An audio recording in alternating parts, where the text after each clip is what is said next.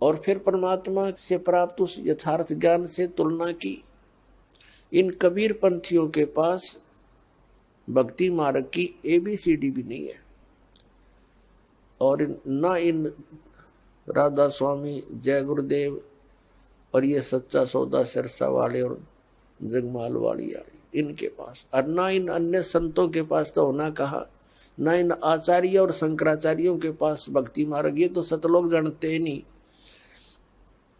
इनका तो सब्जेक्ट नहीं। ये तो श्री राम, श्री कृष्ण, श्री विष्णु और श्री शंकर भगवान की पूजा तक सीमित किए हुए हैं, आचार्य और शंकराचार्य। और ये सुधांशु जी महाराज और ये आसाराम जी महाराज और ये सतपाल जी महाराज और ये बालयोगेश्वर जी महाराज और ये सारे कृपालु जी महाराज और ये दूसरे जितने ये ब्रह्म ऋषि कुमार, ये इस तरह के सारे ये कख नहीं इनके पास भक्ति मार्ग का। पूरे विश्व को डबोए बैठे, अपना नाश कर रहे। अपने आत्माओं, जिन पुण्यात्माओं को ज्ञान नहीं तो ये सोचते हैं कि रामपाल पता नहीं अपने आप में के मान रहा है, अपने आप कोई विद्वान मानता है। इसमें विद्वान और अविद्वान की बात तो है ही नहीं। हमारे सदग्रंथ परमात्मा ने दे रखे हैं, उन सदग्रंथों की जिनको जानकारी है तो वो भक्त है, वो संत है, और उसकी जानकारी नहीं है वो ना भक्त है। भक्त तो हो ही नहीं सकता क्योंकि उसको थ्योरी का पता नहीं, प्रैक्टिकल करेगा क्या। तो पुण्यात्मा पूरे विश्व में इस दास के अतिरिक्त ना यू ज्ञान है, ना ये समाधान है।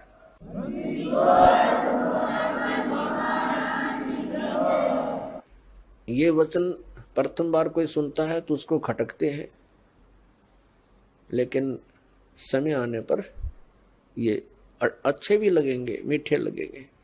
एक बार परमेश्वर कबीर जी ने गोरखनाथ जी से वार्ता करते समय कहा था कि गोरखनाथ मैं सबन का गुरुआ। परमात्मा ने कहा था मैं सबका गुरु हूं, उस्ताद इस अध्यात्म मार्ग में। तो गोरखनाथ जी कहने लगे तो मेरा वचन मोह लाग गया कड़ुआ, कि आपकी बात मुझे अच्छी नहीं लगती, आप कहते हो मैं सबका गुरु हूं।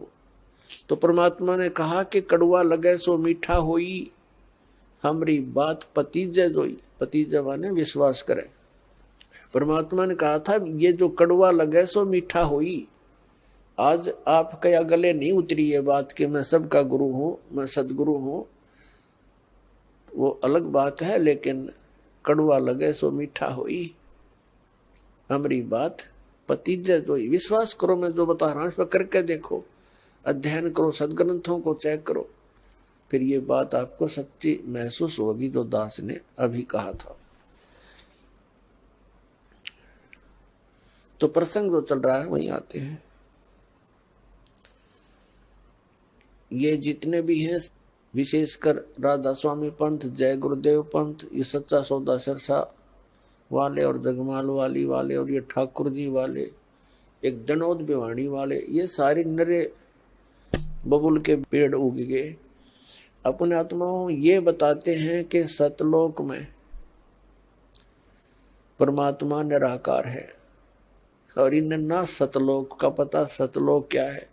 कहते वही सतलोक, वही सतनाम, वही सारनाम, वही सार शब्द और वही सतपुरुष, वो सतलोक ही है, वो निराकार है, चेतन प्रकाश है।